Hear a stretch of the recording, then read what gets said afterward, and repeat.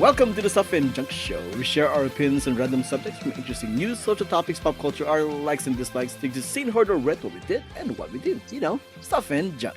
Hello, my name is Albert. This is Jiaming. This is Anna. And here we go, folks. Another 3-episode week, and we're kicking it off with Spoilers Please number 275 for Furiosa, Mad Max Saga. Yay. Yay? Let's go! Yay! Excitement? Yay? Maybe? Oh, yeah. Oh, man, that sounds ominous, drumming. Yeah. Anyways, Yeah. but point is that as of now, from what I understand in the box office, Garfield, Oh, that's definitely, we're definitely in trouble there. Garfield is beating Furiosa at the Memorial Day weekend box Yeah. office. He's getting was it $31 million in the box office, and Furiosa's at 25.6, which Right. for Friday to Sunday is actually slightly worse than The Fall Guy.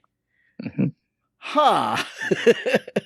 I So mean, it wasn't going to be a big hit. I mean, I'm sorry. Like, obviously, I wanted to do well, but it was never going to do big numbers. And it's also one of those things where even if Garfield pulls out the upset, it's one of those things where everybody loses. You know what I mean? Because Garfield's not exactly crushing it because the overall box office is very much It's down. just So, bad. Yeah, it's bad. Yeah. It's not looking good, guys. Hope you guys really like streaming. You know what I mean? I know, right? What's on HBO now, guys? What's on Netflix now? Yeah. with that said, as we are doing this review episode, we are going to share thoughts for spoilers afterwards. But for now, non-spoilers thoughts on Furiosa, a Mad Max Saga. Let's start with Anna. I'm the most happy about this. I don't know, which is shocking because I didn't think I'd be happy. I watched it last night and I loved it so very much. Yeah, I really liked Anya Taylor Joy. I liked Chris Hemsworth really did steal the show. So I was pleasantly. I love the lore, the expansion of the lore.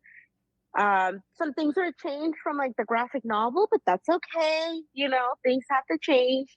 But overall, I thought it was a good addition. It kind of didn't really give us anything more different than what they had told us in Fury Road. Yes. So I'm just like, okay, like we're not learning anything new. But it helped me. I watched Fury Road today and I understood some things that we're going to talk about in the spoilers part, but there's some things that make more sense now, which I'm like, okay, I love that little bit of nugget of knowledge that I now have going in. But I think it could have been a limited series and that would have been fine. I agree on the part where you said that it could be a limited series, because just like you, after watching Furiosa, I actually ended up watching Fury Road, and I honestly thought it was pretty seamless going from that movie to that movie. It is like it was a natural progression of like seeing this story play out till the end. Before I go to my general thoughts, Jiaming. I thought the opening few minutes of the movie were excellent. I like a really nice setup. I was really into it. And then after a few minutes, it just went on and on and on. And occasionally over the next 2.5 hours, it would pick back up. I get really into it, but I never was fully engaged into the movie and stuff like that. I was kept finding motivation, inconsistent story, inconsistent stuff like that. A lot of hand waving on things that I don't think it show hand waves and stuff like that. And then by the end, by the climactic conclusion, I was like, I was kind of bored. I was kind of out of it. I kind of checked out of it and stuff like that. So, and this is it was very disappointing and stuff like that because I think Mad Max Fury Road was one of the best movies I've ever seen, one of the best movie experiences I ever experienced. So it's disappointing. It's my final grade would be somewhere between a thumbs up and thumbs down, somewhere in the B- range. But you know what I mean? That's being generous and stuff like that. So yeah, Wow. that's my whole thing. Gasp. Yeah. I think that's the thing. A lot of people went in thinking it's going to be another Fury Road, but it was as well like they should. companion. Yeah. It's a fair expectation, stuff like that. Yeah, it's fair. Yeah. It's fair. I think between the three of us, I'm the one that was least not happy or sad or whatever. I'm the one that was least hyped about Fury Road. I really, really like Mad Max Fury Road, but I thought it was just a series of action sequences, and that was all it was. I wanted to get more into the lore of the characters, the lore of the story, and all this stuff, but it just felt like, I guess in hindsight, it felt like the last 3 episodes of a TV series, essentially. And now with Furiosa, I get to see the first parts of the TV series that was missing from the last part for context. And with that, I actually liked it quite a lot, actually. Not only that, but I gotta give, for me, you said that Chris Hemsworth was the standout. I think the standout was the young girl who played Furiosa when she was young. Oh God, yeah. Which we spent a lot of time with. Yeah, I was surprised how much time we spent with her. Yeah, I think the character interactions were better in this one. I think everybody was surprised how much time we spent with her. You know what I mean? I think everybody was surprised. But I had no problem. But I had no problem with that. That's what I'm saying. I had no problem with that. Right? So I like all the character interactions they had in this movie, compared to Fury Road, which was mostly just the action. You had little small moments of character interactions, but you kind of just have to go with it, essentially. Yeah. If anything else, I would argue that Fury Road had more hand waving than this one did. I think this one had a visual storytelling that kind of explained things without explaining things, just by looking at it, kind of thing. So yeah, I actually quite enjoyed it. I like the balance between the action sequences, especially that heist. There's a heist sequence in the movie that took a while, and I was completely engaged in that and all this stuff. Oh yeah, the anxiety buildup was still there. Yeah, I really liked it. I really quite liked it a lot. I don't know if I say a lot more, because I really do feel like I just watched a TV season of this character, and like I described like I posted on social media, that Furiosa is what I would call like episodes 1 to 5 of this series, and then Fury Road is episode 6 to 8. Although there's arguably a middle one between these two movies that explains one plot line that wasn't explained in Fury Road. So, but we'll get to that. We'll get to that in spoiler. We'll get to that in spoilers. I know what you're saying. Yeah. So with that said, let's hop into spoilers for Furiosa, Mad Max Saga. Normally it's the part where I put a theme song or whatever, but because YouTube is gonna hit me the copyright. Sing the song. Sing the song, Monkey Man. Mad Max Saga. Monkey Man. Here's time for spoilers. Okay. Let's go. And that was the do for you right there. Okay. Yay. Furiosa. Now I'm curious about one thing about the graphic novel. Anna, can you explain what was in the graphic novel that was not in the movie, so to speak, and whatnot? Well, what's his name? Chris Hemsworth's character, Dementis. He was part of like Immortan Joe's like warlords kind of thing. In a way, he kind of was. He kind of became one, right? In a way, he kind of became one. Yeah, but this one he kind of had like a different origin story, so to speak. And then in the graphic novels, Furiosa is a wife, but she gets basically kicked out because she's infertile. And here she's briefly kind of in the wife circle, but they just changed a little bit, and then I'm kind of thinking it doesn't make sense, and I think maybe they forgot about that plot point. But Immortan Joe is pretty like locked down on his wives, so if one disappears, there would have been a lot of hoopla. Hello, Fury Road. So why wasn't there such a big hoopla when Furiosa just kind of escapes and becomes, what do you infiltrated? Wait, what do you mean? In Furiosa, when she just kind of escapes Rictus and she, starts to work with the pups, and what do you call them? The war boys and stuff. They never really acknowledge that she's like there. Gone, right? Or she's gone. Yeah. But at the same time, there was a time lapse that we don't see what happened between that. Yeah, that's true, her point, though. That's the hand waving part. Immortan Joe never was like, "Oh, Furiosa, there you are. I've been looking for you everywhere." Like he just kind of was like, "Oh, hey, girl." Okay. That's one of the two major plot holes I have. It's humongous. It really bothered me. It's a plot hole big enough to drive a war truck through, whatever you call that thing. War rig. First off, Humongous was a character in a previous Mad Max movie, but go on. Oh wow! He's good. But I really think for that point, like when Furiosa is older, they don't recognize this as Furiosa. Even the Dementis didn't realize that was a Furiosa. That doesn't justify them not looking. That doesn't justify why he had there's no in between scene where he's looking for the chick. And but they don't know her name. That's not the point. No, His whole point is, where thing, was his his whole wife? thing is having these sex slaves. That's his whole thing. I watched but the at other the movie. same time, do you really need another longer version where they have to show him showing this? It's a major plot mode. It's a motivation. It's a big motivation point. in Fury Road. Yeah, so why wouldn't he be like more freaking Even out? in this movie, it's a big point. He changes his whole deal with Dementis when he realizes there's a girl that he can barter for and stuff like that. It's a huge thing. It's a big point of who Immortan Joe is, and we don't really get to the point of how badly she hates him in Fury Road, because we just see very little interaction, and then So in this movie, they set up the fact that she is hiding. A woman is in danger when she's a girl and stuff like that. You know what I mean? Yeah. I believe more like it's a big reveal that she's a girl. It's a dumb pump. It's a dumb mistake that he made. You're a former wife, and I would have believed it more seeing her work through the ranks. Like, okay, I didn't become a wife. I'm gonna work and still get your trust as an infuriator and lead your ward rank. Then see her work through up the ranks, which she still could have done. But you guys are asking questions that the movie isn't interested to answer. But then it doesn't change anything. It doesn't change anything. Yes, it does. It doesn't change anything. Why is Immortan Joe so freaked out about losing his 5 wives then? Because those were his 5 wives in Fury Road. Those were his only 5 wives in Fury Road. Again, he makes a whole deal based on the fact that he gets another wife. Does he not? No, not really. It's a plot point. It's a plot point. It wasn't a big deal. It's a plot point. It's a plot point based on character motivation. You're using. You literally see his whole society set up by having these women and stuff like that. Oh my god! You're using a plot point that was established in Fury Road, which happens after this movie.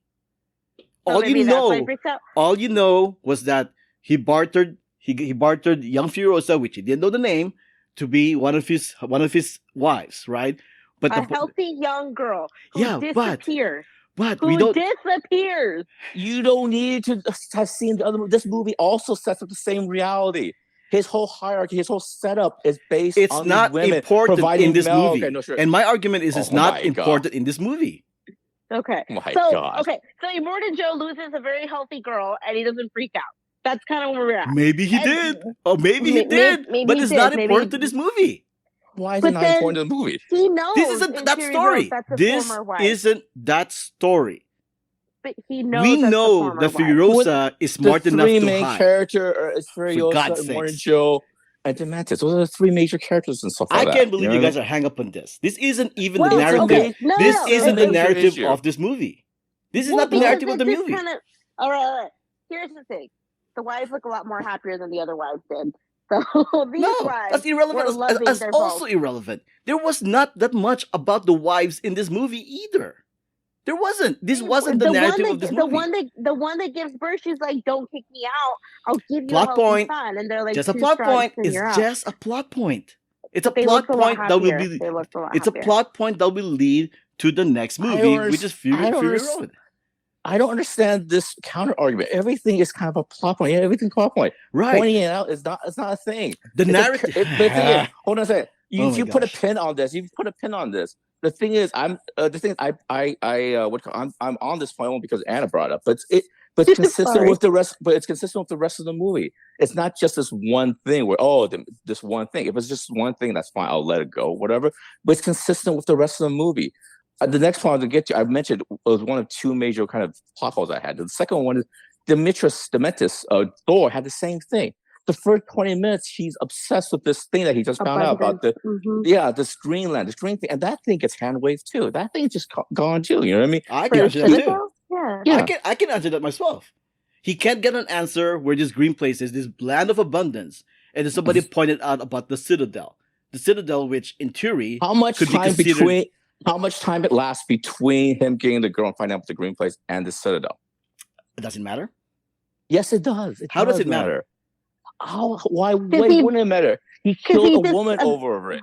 He abandoned that plot for the other plot, and he didn't even be like, "Oh, Furiosa, are you from the Citadel?" No, because it's right in front of him. You're thinking like these people are like rocket scientists. They're going This is a Mad Max world. Everybody's insane. Everybody's mad.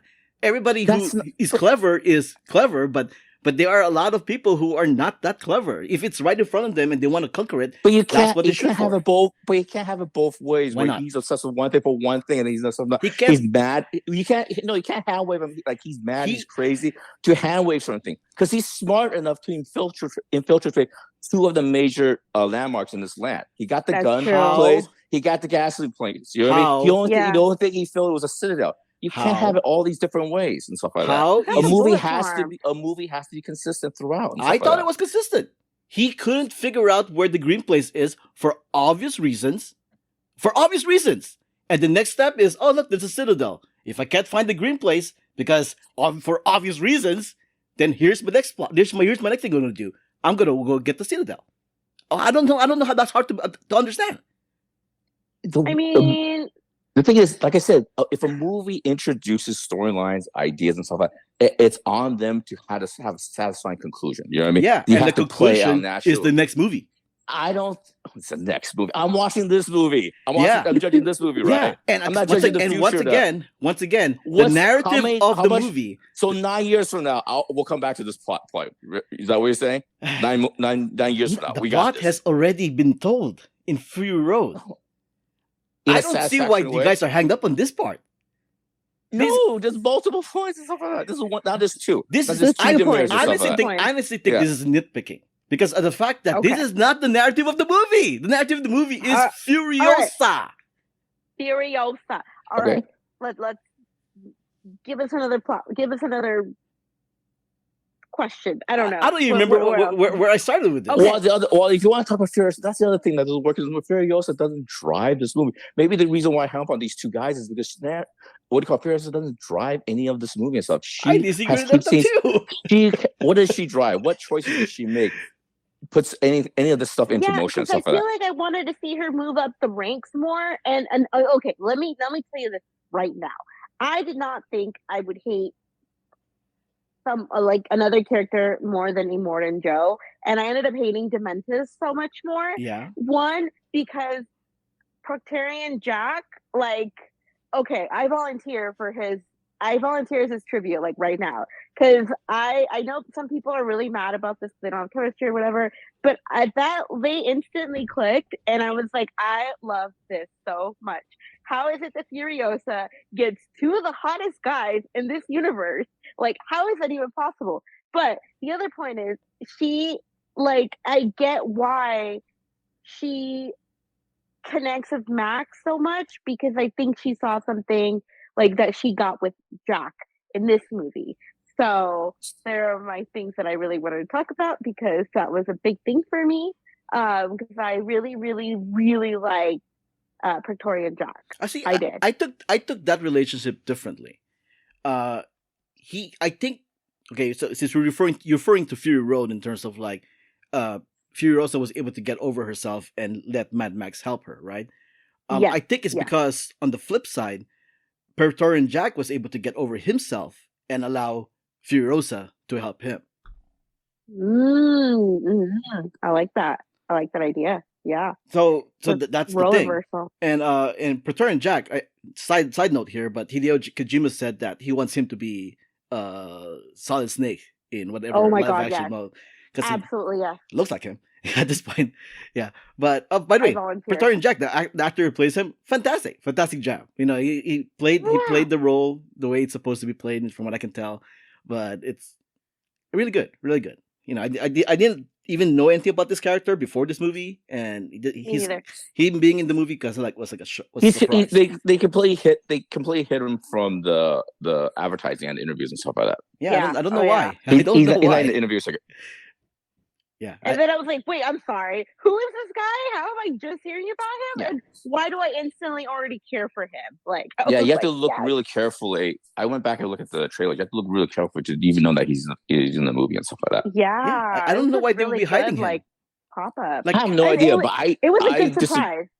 Yeah. You disagree with me? I don't know why they hit him, but I disagree. I don't think they have any chemistry together. I have no idea what's going on. Yeah, I have no idea what's going on with this guy. I didn't see it as a romantic relationship. I saw it more like a camaraderie.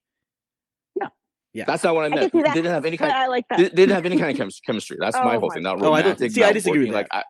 I have no idea what's going on there. I have no idea They what's had happening and stuff like something. that. It was an instant connection. It was her almost like it was her almost like what she got with Max in Fury Road when they Mhm. were going through the valley and they were fighting Yeah. off those scavenger people. Like that's what she almost had with Jack, Yeah. and she found it with Max. I don't know, just like I could go on about this whole relationship and how it made her who she is later on in Fury Road. Yeah, and for right now, George Miller said he's dead. The Mantis killed him. And that is right now what he said. I He know. told the actor, "Oh yeah, you're dead." But you don't see a body. He could retcon it. So I we'll know, see.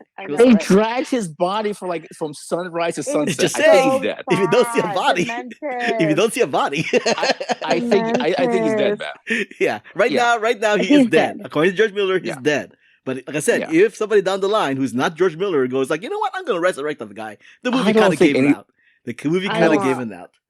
Given the I box wonder office, how- I don't think it's happening We're anymore, not man. getting that. We're not Yeah, I don't getting think we're that. getting that, No, man. Yeah. which is sad because I would love to have Praetorian Jack in a little bit more. But I'll take those 20 minutes I got with him because I'm like, yes, I get it. And that war rig they built, holy hell! That part of how cars are religion, I love that montage of building that war rig. That is the one thing I like about this movie, or a little bit over Fury Road, is that it really leans into the mythology of all this stuff a lot more because it is like a balance between plot and action kind of thing, as opposed to Fury Road, which is mostly action. The action of Fury Road is still better than Furiosa, Always. but at the same time, like I said, if you see it like a series, that's the climax, so of course it has to be better. If you put it that way. And from what I understand, he actually kind of had the outline for Furiosa already in mind when they were doing Fury Road, so I guess it kind of plays out accordingly, so to speak. It makes sense. Yeah. It totally makes sense because there are so many callbacks. Like we saw the organic mechanic. He was with Dementis first, and then Joe takes him, and then just even the people that were working on the war rig. One of them is Furiosa secondhand, the one that's follows her lead. There were so many very minor characters that if you know Fury Road as much as some people do, like me, you would be like, oh, I know that guy. I know who he ends up being, where he ends up in Fury Road. So I love the connections it had to that. Look, we know the girl she was with at the beginning, Valkyrie. Oh my god. That's you saw Fury Road right after this, like me, and when Valkyrie died in Fury Road, I'm like, oh my god, that's it. They have this big reunion, and then she died. After so many years, and I'm like, come on! Oh, that hurts so much. Yeah, and then I also like that. Sorry. Go ahead. Oh no, I was gonna say I like how George Miller kind of reused actors and had them do different parts because Chris Hemsworth's wife, Elsa, whatever, was a Volvani general. Yeah. And then she pops up again as one of the road warriors for Dementis. And in my head, I thought it was this long con, she'd conned her way into it and she was going to kill him. And then it was oh, she was actually playing two whole different characters. I'm like, that really messed with me, but that's okay. I like the how he did that with those actors and stuff. Mm-hmm. He's been known to do that. I do want to once again call out the whole opening act with Lila Brown as younger Furiosa. Having that first sequence be similar to Fury Road, where it's mostly just action, I thought it was a good introduction to people who were just coming from Fury Road into this. Because okay, here's the Fury Road style that you guys like, and we're doing it in the first act, and also they also play around with the idea that the Mentos, it has somewhat of a heart in that scene, not really, but and as the movie progresses, he gets worse and worse and worse. And they play around with that with his white cloak. As the movie goes along, his white cloak gets redder and redder and darker and darker. Yeah, and that's another issue I have with the movie. And so that doesn't really get paid off. It's set up really well, but it doesn't really get paid off. In the beginning, he does have a heart. You've seen all the YouTube breakdown videos where they point out the teddy bear probably signifies that he had a child as well. That's why he's okay with the kid and stuff like that. And then he gets more and more brutal. He realizes he needs to get more and more brutal to capture these things, right? And at one point, before he captures the gasoline town, he sacrifices his men, right? And then one of the guys Yeah. gets paid off, and he gets pissed off and stuff like that. But Yeah, again, it's and one of those he's things the that, one that breaks off later right, on. exactly. Yeah. And but the thing is, one of those things that again doesn't get paid off, especially in the last confrontation with Furiosa. There should have been a confrontation with one of his men or something, or there should have some sort of consequence and stuff like that. That move, the thing that she faces off with Furiosa, it doesn't work. It's like it's not that. It doesn't interest me. It doesn't hold my attention and stuff like that. You know what I mean? So that's another thing that just doesn't work and stuff like that. A lot of this feels like it's set up and stuff like that, but it just doesn't come together. I think no. I think that one is more of a thematic thing. Like the Mentos is Furiosa really going down a dark path. He had tragedy with his family, so did she. And she kind of pushed her to embrace that darkness, and she didn't really do that. She went as far as maybe what Mad Max is like, rough and tumble kind of person, but not going that far where you just become an evil guy. So at the very end, when he's talking about like, hey, we were the same, man. We had family tragedy, and this is just the way it is. You're gonna be just like me. And the conclusion was supposed to be like, is she just like him at the end or not? And we're seeing, based on Fury Road, she's not. She still leans more towards the heroic side as opposed to the evil side, like the Mentos did. And so thematically, I thought them having that showdown at the end is appropriate. Yeah, because she takes his, like, uses him as a life for the tree and all that. As if you believe that. Leads. Yeah, if we believe all that, that was a fable right there. But it kind of leads her into like, okay, I'm gonna help the wives, even though she was very reluctant, but she still did it, and it kind of helped her redemption arc, because she was like, fine, I'm gonna do it. But yeah, I think she had it in her head he was gonna always, like, she was gonna get that revenge she wanted, and then she realized, oh, this guy, like, he don't remember me, he don't remember my mom, like.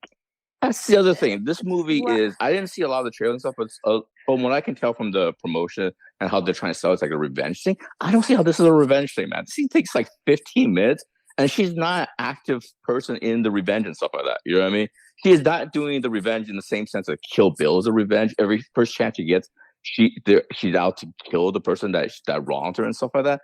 For the most part, she just wants to get back to the green place and stuff like that. You know what I mean? She wants to get back to the green place with the Captain Jack and stuff like that. When Captain Jack loses it, so Captain Jack dies and stuff like that, he tries to get back with he wants to take a bigger group of women and stuff like to the green place. It's not really a revenge movie, to my opinion, and stuff like that. You know what I mean? That's I disagree with that too. We go on, Anna? I don't know. I don't know. I need to watch Furiosa like 5 more times. I do see it as a revenge movie because throughout the whole thing, she has to struggle with like try to get to the green place or kill Dementus. And I think that was pointed out in the gas Bullet town. Farm. Bullet Farm, yeah, Bullet Farm. Bullet Farm, Praetorian Jack essentially gave her like the go to the green place. Even the flare was green, like go to the green place. And so she goes like, okay, so she had to decide, go to green place or save Praetorian Jack, which in terms means I'm gonna get another chance to kill Dementus. That's the other. The thing is, you see that as a strength. I see that as a weakness and stuff because of all the time in between and stuff like that. When you do time skips, 15 years and all that stuff, you have to imagine there's things that happen in between that time. You know what I mean? You know what I mean? You have to be like, hey, what did she do between those 15 years? Did she ever think about Dementus? Maybe because she knows where he maybe and stuff like that. Yeah. No, seriously, maybe. War? Wasn't it the 40-year war? No, 40-day war. The 40-year war is like just, somebody pointed out a good point. Like saying 40-year war or 40-day war is just saying a long period of time. It doesn't really necessarily mean it was actually 40 days. It could be literal, it could not be literal. But my point there is that we knew he failed. We knew she failed. If she ever tried to kill Dementus anytime between her escaping Rictus and again, if you're selling this as a revenge movie, you might want to show the attempt and stuff a little bit more. That's what a revenge movie is. I don't know. That's my personal definition. That could be that could be a marketing thing. That could be a complaint about marketing, if you want to put it that way. But for me, it was like also that she's kind of patient as well. I mean, between Furiosa and Fury Road, how long did it take her to come up with the plan of actually getting the wives out Yeah. of the citadel? Wild. You know, Yeah. But see, that's the thing. She had to work her way up to be an imperator, to get control of the war rig, to get some sort of like power in order to get Yeah. that far. yeah, I you know, feel So like that was also the same case when she escaped Rictus. You know, That she part that logic makes sense, but it's just for me the impression I get is like these women who I think she should have a better or stronger connection to seems like they were a sloppy second to Captain Jack and stuff like that. You know what I mean? Oh, Captain Yeah. Jack, I could get out of here with Captain Jack, Captain but these chicks, the chicks I saw 15 years ago, you know what? They still might be a bad spot. I want to go back. I want to go back and But save those them. And aren't stuff the like that. same wives. They're Yeah, different exactly. wives. Yeah, they've But aged out. Yeah, And they've aged out. that's by the way, just a minor issue. That's another thing. I don't like it when the marketing and all the people that review it, they call it wives. They're sex slaves and stuff like that. It's Yeah, you know, sex slaves. it's sex slaves and That's stuff. the Lord. That's the Lord. They're wives. No, by, but by that's name only. because By they're name because only. but because Immortan Joe is calling them that. That's not Yeah. what you shouldn't use that label. They're sex slaves. Wives implies consent. There's no consent there. There's the Yeah. sex slaves and stuff like If- that. That's You know what I fair. mean? That's fair. If anything Can I else, just say, It's gross. if anything the else, richest part really. Oh, sorry, go. if go. anything else, even the characters in the movies that isn't Immortan Joe calls them breeders. That's They know true. what's up. Yeah, no, they do. Yeah, they do. know what's up. That's But and Yeah, they know what's also right. after watching Fury Road, I guess I didn't catch this line then, but I did catch it the second time I watched it. It's implied that the wives asked Furiosa to get them out. They do. Yeah. They do. So there's that. They do. They. That's why Furiosa is very reluctant. But Immortan Joe had to sign her to protect them for Rictus, and they really had to convince her a lot because she did not want to do it. She was against taking them, and finally they convinced her, and we're like, okay, we're gonna we're gonna do it. This is Again, the a perfect tough time. a tough look for her and stuff like that. You know what I mean? Yeah. You would think she has a very special, maybe understanding, empathetic bond with these women and stuff like that. But you know no, what I mean? it's she didn't It's a wanna tough do it. look. it's a She didn't team, wanna do it. but it's a team of George Miller's Mad Max universe, though. You know, as good as you think you are, as heroic as you think you are, you're still struggling in terms of like, do I help them or do I just try and survive on my own? And that Exactly. seems to be an that part I ongoing understand. theme in all his movies. So That's true. there's that. That part I Okay. understand. That part I understand. Um, It's just a tough look for to introduce that Captain Jack character in the middle of all this and stuff like that. You know what I mean? Captain Jack. Yeah. Can I just say It just seemed like Dick was on a higher priority. You know what I'm saying? It's just like it's just a tough look. You know what I mean? I'm not going to disagree with you Yeah. on that. So It's- I was to like me- all about him. Yeah, it's essentially when the whole largest theme of the movie to me is the world is in balance. This is like toxic masculinity, anger, and fury at its most hardcore and stuff like that. You know what I mean? Yeah. We're here because of nuclear explosion of dudes and stuff like that. You know what I mean? And then there's a complete imbalance into the world. You know what I mean? The world is like 99% dude energy, nasty male energy, and that 1% female Yeah. energy. And then to prioritize Captain Jack's dick over all these women that are sex slaves and stuff like that, it's a tough look for the movie. It's a rough look for her and stuff like that. You know what I mean? Fair. That's a fair opinion. I see it. And also, I want to go back to the before you go back, oh, hold it. Before you go back, real side note here. Mhm. Doctor Who's latest episode that came out same weekend as Furiosa has a plot line regarding Mad Jack. look at that. Wow. coming So together. synergy. I don't know if it's synergy or just coincidence or together. what. Jack. Oh, yeah. It's all coming Victorian together. Jack. Look It's all at coming that. together. Look at that. Yeah. Okay. Okay, go ahead, John. You guys mentioned about how the action sequences and how it looks. I do want to point out that I disagree, and I also want to point out the cinematographer from Mad Max Fury Road is different from the one in this Oh, one. you can tell. Yeah, You the can first tell. You one, can tell. You can totally tell.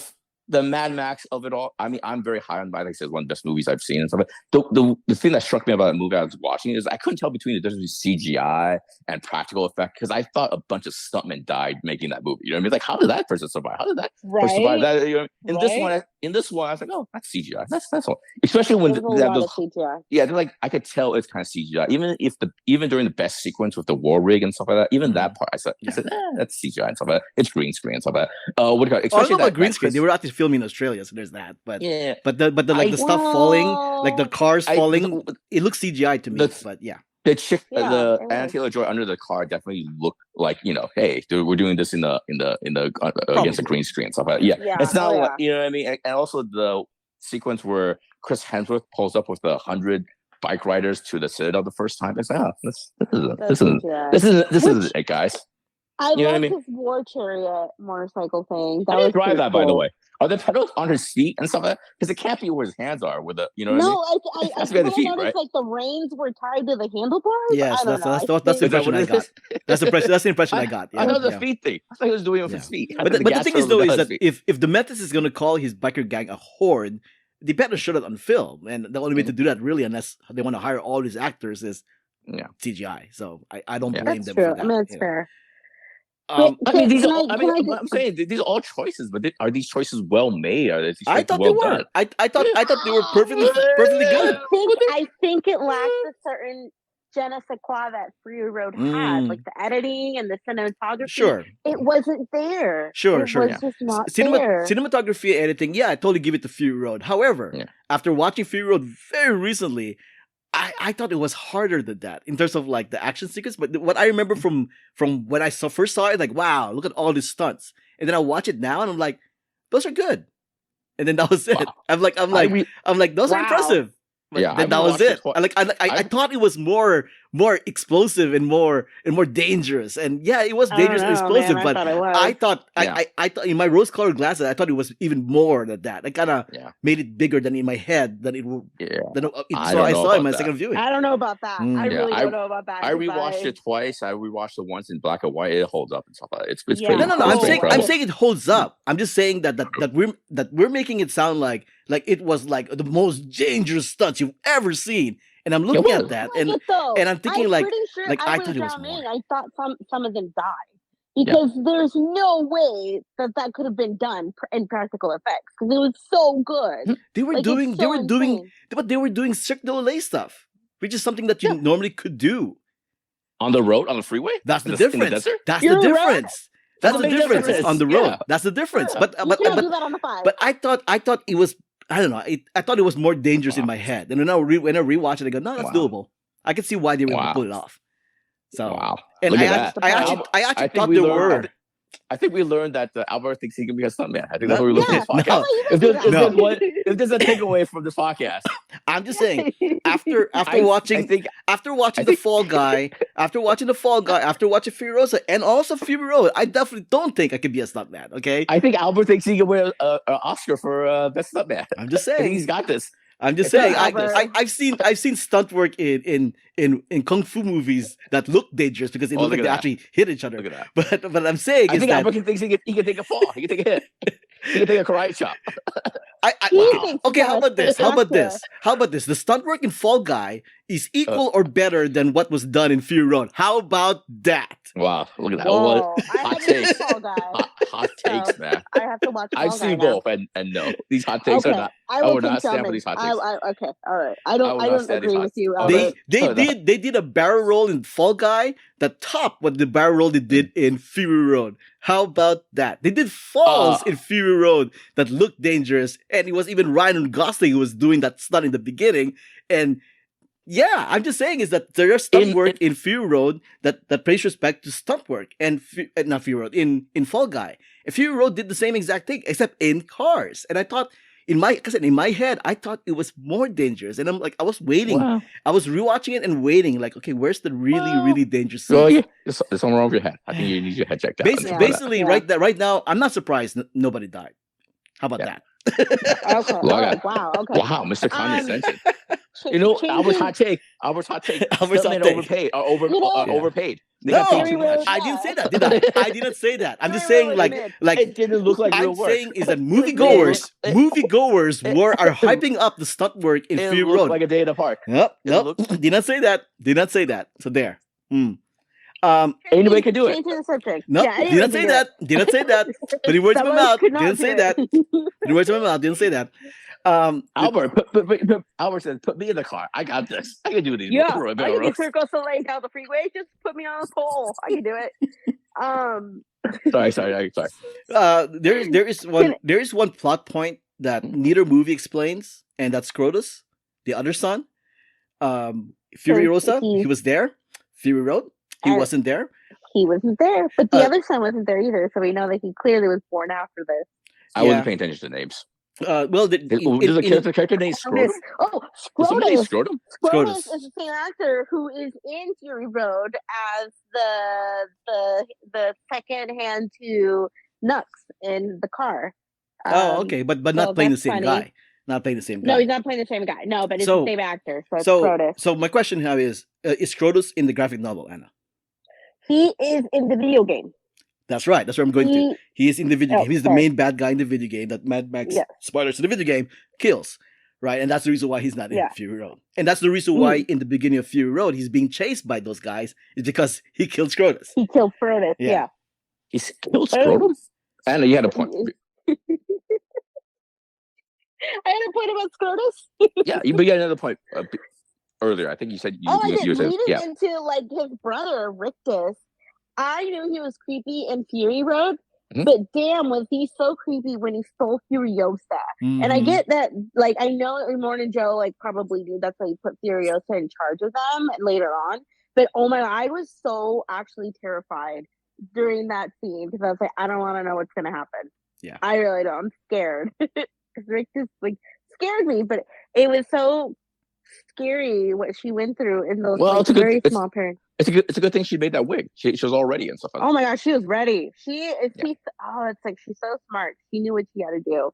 So it was very I also want to mention real quick. I've been shitting on this movie a little bit, so I want to mention a couple of things I did like. I did like that war rig sequence in the middle of the movie and stuff like that. Best scene in the movie. Best sequence. I think that it's really good. Yeah, even though I had problems with some of the CGI stuff, I thought it was really excellent stuff like that. The other thing I really liked is actually the mother and stuff in the opening few minutes and stuff like that. She's really good. She's a really good actress and stuff like that. Yep. Oh yeah. I would like to have seen more with her. I thought it would be balls if she took a shot and killed her kid and stuff like that. I knew it was going to happen, but I thought, wow, that'd be really good. She would go that far to protect the green place and stuff like that. So those are a couple of things that I did enjoy about the movie and stuff like that. And I did like Chris Hemsworth, even though, like I said, I don't think the script is doing him any favors and stuff like that. But I do think he really went for it, and I appreciate it. And also, I did like the history guy. The history guy, even though he started the movie at like 900 years old, jumps 15 years and he's still alive somehow, looks exactly the same, but that's fine. But I do like that part of the mythology. I did like the fact that he kind of knows knowledge, and even what he doesn't know, he has to tattoo it on his body, memento style and stuff like that. I like that a lot and stuff like that. So yeah, well, maybe the history guy is kind of like Patrick Stewart, where in the 80s he looked like he was already kind of old. And then he stayed looking like that for the next 30 years. You know? Did you see his skin? Now, he's not moisturizing out there, man. No, he's not. It would have been more weird if he would have ended up being the historian that was teaching the wives, but at least that was different. So, I did. Oh, like, you know, when Furiosa loses her arm, I thought it was going to be a bigger deal, but it was just like, oh, she just cut off her arm. Now that's a plot hole. Oh, how'd you do that? What's your answer to that? I don't think she cut it off. I think she bit it off. No. I was actually a little bit paying attention to it because I think her arm was already damaged from the car crash and stuff like that. Yes, it was. It was. It was already like halfway there. Yeah, you could tell she was kind of like hanging on barely. It was kind of like ripping apart when they hooked her and stuff like that. And by the way, that's another tough look for Demetrius or Dementis, whatever his name is. Hey, the chick is tattooing something on her arm. You might want to pay attention to that. You know what I mean? No one noticed it. I was just like, okay, like it's right there, dude. It's right there. Albert's here comes Albert with the you're nitpicky. They're not rocket scientists. Hold on a second. Here's another nitpick and stuff like that. Every dude in that garage has hairy armpits. Hey, how about the dude that's hairless and stuff like that? You know what I mean? Maybe that's not a guy. Maybe someone should pay attention to that. How about that? You know what I mean? She was well covered though. I thought she was well covered though. No, she wasn't. I was paying attention to that and stuff like that. It's this is going to sound really creepy. This is one of the things I pay attention to in futuristic, apocalyptic movies or television shows. Like, do they make that choice where they shave armpits on women and stuff like that? You know what I mean? They never do. They never do. They never do. Yeah, they never. They use like sort of modern beauty standards for women and stuff like that. I still go under the impression that the people of this world after a nuclear holocaust or whatever are just kind of like, you know, they're not all there. That's another kind of thing I didn't like about the movie.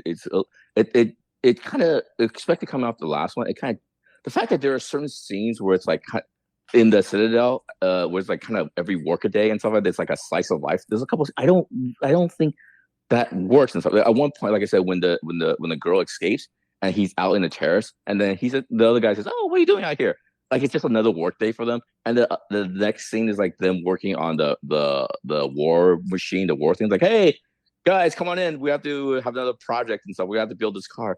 That doesn't really jive for me and stuff like that. You know what I mean? But it's their religion. Yeah, I understand that, but to me, the fact that based on the last movie, it seems like everybody in that cellar should be on crack. Everybody should be on a mile a minute. Everybody should be on meth. You know what I mean? The fact that I know it's a part of the movie where they're kind of slowing it down, they're kind of getting into the mythology of this whole wasteland stuff, but to me, it doesn't work for me. And so I like it when it goes 100 miles per hour. I like it like everybody's on crack cocaine and stuff like that. They're just going 100 miles per hour. You know, survival is. You say the wrong thing to one person, and it's like you're gonna get stabbed. You know what I mean? You're gonna get shanked and stuff like that. That's the Mad Max I like. That's the Mad Max I love. So But this was like 40 years after civilization broke down, so they still kind of have it going on, I guess. Mm-hmm. Well, and then by Fury Road, they're already like, oh, it's gotta be on meth. No, but the thing is, like I said, Fury Road is an action sequence, like stretched out to 2.5 hours. This is the story to build up. Yeah, this is the story that leads to that. Can I point something out? Okay. That diversity dies by Fury Road because there are so many diverse characters in this movie, and then there is hardly any of that in Fury Road. Okay. So there you go, folks. Diversity dies later on in the movie. Well, it's on in Australia. There weren't that many. Yeah. But remember, a plot line in Fury Road is that the war boys are essentially dying constantly, right? And they need to get blood bags to keep themselves. But they have great abs though somehow. Yeah. Some of them have great abs. I imagine that. It's been incest for hundreds of years, but their abs are better. It's from working from all the war rigs in the cars and whatnot. Yeah. That's how they work. Yeah. But in speaking of diversity, you know the original casting for Captain Jack is, right? Who was originally cast? No, it's Yaya Batista number 2. I can see that. Yeah, I can see that. Sure, yeah. He was originally cast. Yeah, who's that? That he's Black Manta in Aquaman. Oh, he God, was so in. terrible. He was Candyman in the new Candyman. He was Candyman. Yeah. Okay, is he better outside of Aquaman? Because he was a little. He's better outside of Aquaman. He's a great. Okay. Yeah, he's better. So I would have been okay with him being Captain Jack. He was the Morpheus in the Matrix Revolution. Yes, that's right. He was. Well, the Morpheus sequel, so to speak. In that one. Yeah, you know, he's really hot. He's a good actor. He's a good actor. He's really hot. That's all you need to know. Yeah, he could do it. He could totally have played the role. Yeah, he totally. But okay. I ship it. But at this point on, you know, I think the guy's name's Tom Burke, right? Am I wrong about that? Yes. Oh my God. No, I think at this point on he's Captain Jack. But right now, Tom Burke owns that role. Like I do not see anybody else playing Praetorian Jack. You know, nobody else. It's his role. And once again, future writers didn't see a body. You can bring it back. It's the Mad Max world. They're all dead. I really like that part where like her first attempt to escape, and you know she's under the rig. The mechanic is just like hands her. It's like, here, fix it, and she does it. I don't know why I like that scene, but I was like, this whole. She's very capable. Yeah, very capable. It worked out so well. And even like in the beginning of the movie where she sees the biker gang in the green place, and in my head I'm thinking like, why are you approaching them, right? But she knew the rule of the land. You know, you don't let outsiders know where the green place, and she was out to sabotage the bikes. You know, and that I guess didn't click on me until like a few minutes later. Like, oh, that's the reason why she was even there. You know, because it's so easy to just blame her, to victim blame her. Like, well, that's why you got kidnapped. You stuck your nose where you didn't belong. But no, she was doing a job, and then she got kidnapped. So. Yeah. She's she is following the rules, and very tragic. Didn't work out for her. You know, very tragic. Tragic. After watching, and her mom could have killed that lady and would have not caused the end chain of what happened to her. But she had compassion because she was coming from the green place. It's the world of Mad Max. It's the world of Mad Max. You know, it's the world of Mad Max. She didn't show sign of weakness, but speaking of Fury Road, Green Place. After watching Fury Road, after Furiosa, the scene when Charlize learns that the Green Place is no more, was even 10 times more tragic to watch at that point. Because my mindset was like this journey of her getting kidnapped, and then trying to get back to the green place and watching Fury Road again, seeing that scene, devastating. Much more devastating than when I first watched it.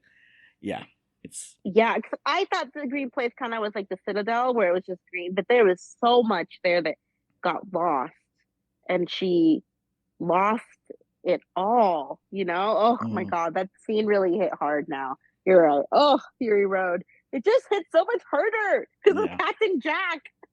Yeah, and so essentially, after plot wise, listeners, if you're not familiar with the game, and I'm not sure about the graphic novel, but after the Mentos lost is dead and lost the gas town, Scrotus took over, and then when Scrotus was killed by Mad Max, what's his face took over? Was it the People Eater? Or was it Bullet Farm? One of those two. No, it was People Eater because Bullet Farm has that one guy. Right. Because in Yeah, Furiosa, you see all of them with what's his name, Immortan Joe in the yeah, Citadel, and I guess yeah. after the events of this movie and the video game and the graphic They novel, they had to go to those towns as well. Yeah, So they have to. Which makes sense. Because I was like, wait, what are you doing there? But then I'm like, okay, I get it now because those towns are left with their people, so that's why they did it. I do So feel like I can't watch Fury Road unless I watch Furiosa. I really am yes, in my mind. I'm really thinking of this like a TV series where I have to watch episode one all the way till the end, and I can't see each one by individual now. I have to see it as a whole. well, I love how the end credits had snippets of Fury Road. Yeah. Because I was like, this is how you do it, Like I immediately wanted to go home and watch Fury Road, but it was like 1 a.m. in the morning, so I watched it today. And I'm just like, I get it. Like, I just need to. And now I want to go watch Furiosa because I watched Fury Road. Like, it's this cycle that I'm going to be stuck in for the rest of my life. What I was No, kind of hoping they did in the end credits was make another trailer for Fury Road, kind of like Oh, that kind would of be like so like you cool. watch Furiosa. Here's a trailer for the next movie, which you already saw. But play it off like you haven't seen Fury Road yet. Furiosa will return. Yeah, they should have done that. Like I was kind of hoping they did. after an hour of this podcast, I realized something. I realized the three of us watched two different movies and stuff like that. Absolutely. That's just apparently. We watched a different movie 9 years ago with Mad Max, and we watched a different movie this year and stuff. It's a remarkable. I have no idea what's going on. Yeah. I just don't think. I don't think any of this was necessary. This last movie, so they provide none of the context needed. It didn't make the other one better, and make the other one look bad. To be honest with you, and stuff like that. All this stuff was unnecessary. So, And but anyway, I disagree. Yeah. We I could have disagree. we could have lived without Furiosa, been fine because everything they told us in Fury Road happens in Furiosa. We don't get Yeah. anything new aside I- from Captain Jack. I believe But- Mad Max has a certain amount of poetry. I think the audience has to bring some knowledge of the world and how imbalanced our world is, and you superimpose that into Mad Max of it all, and all that stuff. I think there's a certain poetry to Mad Max that I found very lovely and stuff like Talk that. about Fury Road, right? No, Mad Max is all right. Mad Max in general. Overall. Mad Max the franchise? Party the Charlize Theron movie and stuff like that. I Fury think Road. all that stuff with the green stuff that's destroyed. You know what I mean? You don't need all that backstory and all that stuff. You know what I mean? It's in Charlize's eyes and her acting and stuff like that. You know what I mean? She's already heartbroken enough. You don't need to know what it actually looks like, the wind farm of it all. Even though it looked lovely and stuff like that. And you know what I mean? Again, So you're I saying think like the mistake is I think we just watched different movies and stuff like that. sure, but it's like you're saying like Star Wars prequels suck. You didn't need to watch that to watch the original trilogy. Oh, That's kind of like what the impression I'm getting from you. No, it sucked because it was racist. That's why that's why the Phantom Menace sucked. That's wait, how is that racist? Have you watched Phantom Menace? You watched Phantom Menace recently, Anna? You didn't get all that stuff?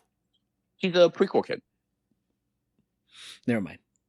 Yeah. Oh, We're not going to tangent off the Star Wars. I'm sorry. I'm sorry. Okay, all right. I apologize for bringing it up. I'm sorry. This is a generational gap. Because I just watched Phantom Menace. Like, okay, today. we'll do it later. We'll talk about it later. Do it later. We still have 2 episodes Can we to talk about how cool it was to see Mad Max for a brief period of time? Yeah.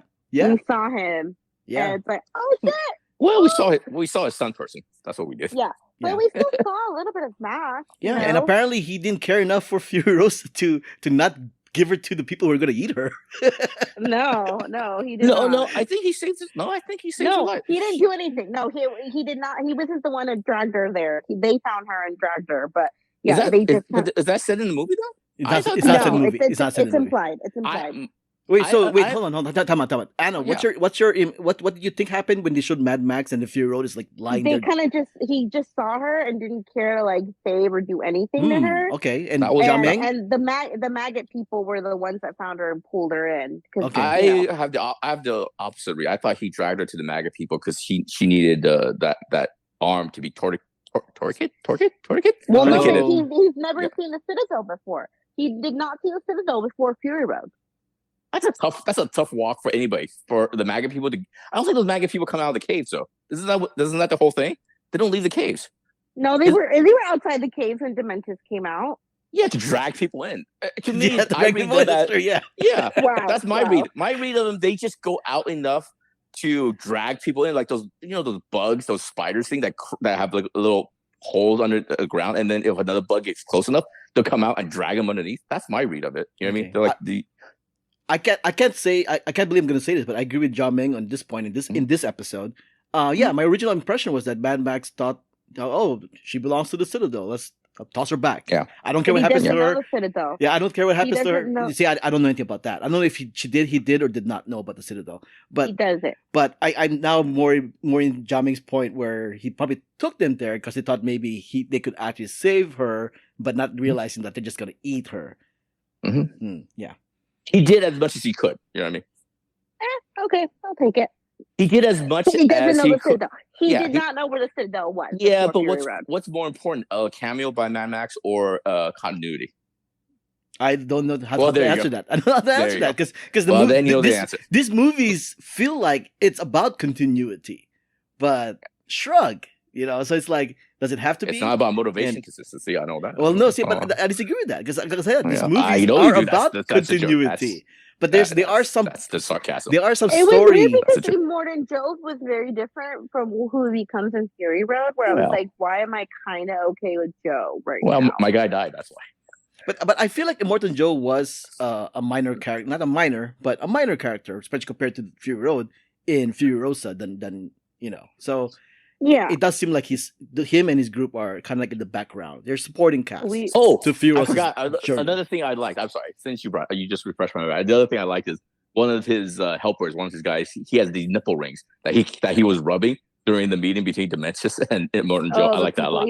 Yeah, I like that a lot. He was rubbing his nipple rings and stuff. That was very funny. I like that. Very weird. He just off to the side rubbing his nipple rings. I thought that was very funny. And then when Chris Dementis just gets them ripped off. Oh God, that could have been shot a little bit better because it took me a long time to figure out what was happening.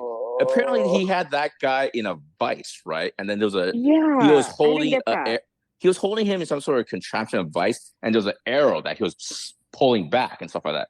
So if they got too close to him or whatever, or he didn't like how the meeting was going, he's gonna let go of that arrow, and that arrow was also tied to his nipples. That's my final read of it and stuff like that. Yes, but it was very confusing. Yeah. It was shot a little bit weird. Like I said, a lot of it was lost by the new cinematographer. I don't think my new guy is not as good as the old guy. No, I agree. He didn't get it. I don't know if he didn't get it, but the previous one is better. I don't disagree with that. The action sequences in Fury Road are shot better than this one. Yeah, I don't disagree with that. Yeah. But I still enjoyed this movie quite a lot. True. I mean, we're 6 hours into this. So wrap it up. Anything else? Yes, there are two things I want to point out. Not necessarily. Well, I guess part of the movie. I'm not sure if you guys are aware about this, but apparently, to bridge the transition between Lila Brown to Anya Taylor Joy, they actually use AI to give Lila Brown some Anya Taylor Joy's characteristics, so that when you see them grow up, it kind of supposed to look more natural. They gave the little kid a facelift because I think they gave each other a facelift. Sure. Essentially, what they said was they gave her a nose job. Like in the beginning, Lila Brown had like, let's say, like 20% of Anya Taylor Joy in her, and then the closer it gets to the point where they do the switch, it's more like 80%. And then they switch it. Anya Taylor Joy has 20% in when she first was in the movie from Lila. Sounds like you're swapping DNA. What's going on here? No, that's what they did. Apparently, that is what they did. They used AI to try and put some characteristics in her and vice versa, so that the transition will be smoother, so to speak. There you go. Yeah, I saw that on Reddit. But the one thing that I would say is that after watching Fury Road, after watching this movie, Charlize from Anya Taylor Joy night and day. Because one person has big giant eyes and the other one does not. Yeah. One is also Right? one is Way also taller. 2 inches taller. So I looked it up. Yeah. Yeah. So it's like And- it's really, it's just like just take it as it is. But the thing I did notice when she goes and it's like, I need a car, it kind of sounded like Charlize's voice as well. It did like Yeah. towards the end of the It movie, it did. sounded like they were like Mhm. putting some of Charlize's They voice in blended her. in. Yeah. It did feel like that to me. I don't know if I can confirm that or not, but that's what it felt like to me. Yeah, I Yeah. agree. No, I agree with that. Yeah. Uh, I was your like, point- oh wait.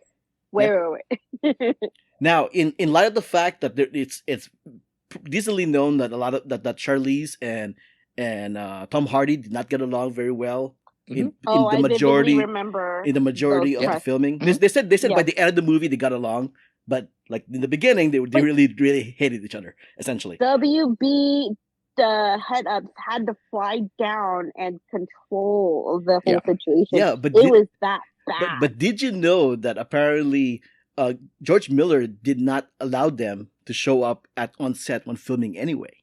They were there in the area, but they were not allowed to be on set when they were filming. So Charlize Theron was still relatively on her own, so to speak. But besides that, Yeah. now Anya Taylor Joy has to make some kind of comment that's that I'm like questioning now, is where she said like she said, and I'm paraphrasing here, is that this has been one of the most loneliest experience I've ever had in the movie set. And then and then when the interviewer asks her, what do you mean by that? It goes, actually, you know what? Ask me 20 years from now. When the NDA expires. I don't know if it's an NDA thing or what, but No, I mean, go on. sorry, you go. Finish your thought, and then I'll jump in. So it's like her saying that in light of the Charlize and Tom Hardy situation makes a lot of people go like, wait, what happened now in freaking Mad Max? I think it's like so one could be like, well, George Miller, what the heck are you doing? But also, it's like you have these characters, and it's not like a method thing, but it's just you're very isolated. You're in a desert. You're kind of like you're on your own kind of thing, and the characters are so isolated themselves. Like Anya Taylor Joy, you think about it. I don't know. Like I see where she's coming from, and it definitely should be like what is George Miller doing to these actors on the set of Mad Max? Because for one thing, Charlize and Tom had very different working ideals. Tom was more methody. Charlize can snap in and snap out of it, and that really bugged her because she's like, you are insane, and that really messed up with their relationship. But yeah, I think also Anya was very lonely, and I can see that there's something going on, at least with the Furiosa character herself, that is not treated, or it is isolated both in the movie and outside of the movie while filming. My whole thing is the Anya Taylor Joy, to start with that. I don't think I can comment on it because there's still no greater context and stuff like that. You know what I mean? There's only been that one comment, and there hasn't been any other things I've read or any kind of anything online. But going back to the Mad Max about that's 100% on Tom Hardy and Jordan Miller and stuff like that. Even though they're in separate places or whatever, there's absolutely no excuse for anybody, especially the star of the movie, to be like hours late. The big story that I read was like it happened so frequently. One time, Charlize Theron made sure she was on time, in makeup, everything all set. She was in the rig, whatever. And then Tom Hardy was like 2 hours late. 3 hours late. Blew up 3 hours late. Yeah. And just went off on him and stuff. That's when that producer came in and blah blah blah. There's no excuse for that kind of behavior. For I don't care what because the whole thing about being method is like, to me, it's just like you're disguising like bad behavior, shitty behavior, and stuff like that. Everybody knows Meryl Streep is like the best actor alive and stuff like that. Nobody's ever said a bad thing about Meryl Streep. You know what I mean? Yeah. So that's number one. Number two, another famous method person is Daniel Day-Lewis. I mean, when he played My Left Foot, my understanding was he was in character all the time. You know what I mean? Yeah. So people had to carry him and all that stuff. But you know what? Nobody ever said anything about that because he let people know ahead of time. You know what I mean? So people knew ahead and people would acknowledge that, would knew about it. And then remember, there's a famous photo of him. He's in that Lincoln makeup at like a diner or something like that for Lincoln and stuff like that. Anyway, my point is he does the whole method thing but nobody's ever said anything about Daniel Day-Lewis and stuff like that because it communicates. He lets people know this is what he's doing and stuff like that. He doesn't put other people's jobs in danger or whatever. You know what I mean? He doesn't F up other people's shit. You know what I mean? So my whole thing with Tom Hardy is that's inexcusable and stuff like that. Yeah. I'm team Charlize Theron. Absolutely. I think Tom Hardy hasn't apologized yet about the whole thing. Yeah. George Miller has said that he probably should have been more sensitive about it, which is like a half apology. You know? Yeah, that's all. To me, that's all George Miller too. That's George. That is. I mean, to me, George Miller. Hey, watch your own movie, man. Your whole movie is about toxic male energy. You should probably learn from it. You got to step up, man. You got to step up. He should have reeled him in a little bit better. This is a bit of a tangent. We talked about Game of Thrones last week. I'm not done yet with Anya Taylor. Oh, sorry. Go ahead. So the thing though is that she said definitely had no beef with Chris Hemsworth. She did point that out specifically. Yes, because she probably understand people are going to start to think of that. And she also said that if you're going to make a movie like this, you have to have George Miller at the helm, which is a voice of confidence to George Miller. So the only thing I can think of, George Miller, old guy, he's an old-fashioned film director, and a lot of these kind of movies where the lead character is isolated from other people, they literally isolate them from other people. Because Chris Columbus famously did this with the Harry Potter crew in the first two movies, where the Slytherins and the Gryffindor were not allowed to associate during set when they're not filming. They're not allowed to associate with each other because you guys are supposed to hate each other. Yeah, and I think George Miller might have done the same thing with Anya Taylor Joy. And in the majority of the movie, she's supposed to be a loner from everybody. Yeah. So I can totally imagine him going like, no. You can't associate with anybody. You got to stay in that corner. And except Captain Jack. Except for Captain Jack. Sure. So that's the only thing I can think of. And that's I agree. Yeah, and to that point, that means George Miller is insane. He has to grow up, man. He has to get with the times because you're talking about like a lineage between that connects George Miller with old-timey directors like Hitchcock and Stanley Kubrick, because famously they would also torture the actors and stuff like that. You know what I mean? And you know what? If the thing is, times change. You know what I mean? You realize, you can't mistreat women, especially this way and stuff like that. If directors did what Stanley Kubrick and Hitchcock did to actors today, they would get canceled. They would get Me Too'd and stuff like that. You know what I mean? Yeah. So it's ridiculous. So come on, George Miller, stop it. Yeah, well, after the box office, he may have to stop it. But yeah, the fact that he's 70, he's also 79, dude. 79, I think this is like, this might be like one of his last hurrahs and stuff like that. But he's old enough to be the president of the U.S., so there's that. Yeah. Wait, wow. What? Wow, did it go there? Okay. Did you have final thoughts before we wrap this up, Jiaming? My final thought is probably just give it a score, I guess. You guys want to give it a score? Because I already mentioned it. Mine's in a generous B- range. Okay. Anna? I would give it like 3 happy emojis, 1 sad one heart eyes, and 1 explosion emoji. So like an 8 out of 10. That's fair. I will give it. Well, my normal review would say I enjoyed it. So that's what I would say in my normal review, which is the same grade I gave Mad Max Fury Road. So I will actually give it the same grade because as much as a heart emoji, explosion emoji, or what wow. Well, in my grading scale, it's enjoyed it or a thumbs up.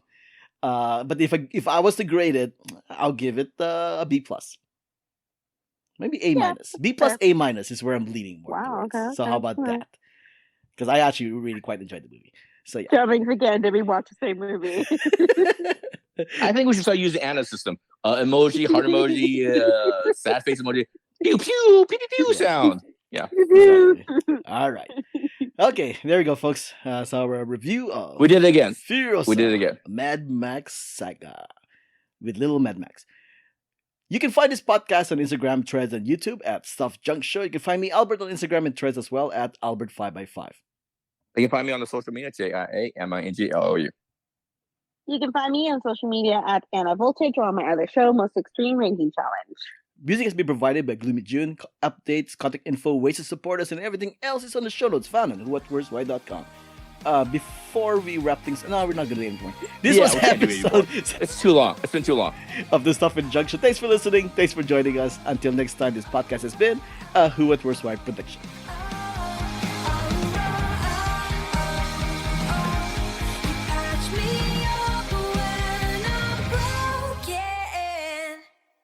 We had a lot of thoughts about this is the reason why I don't like recording movie reviews the same day as the regular episodes, because I know it's going to go long. So, yeah.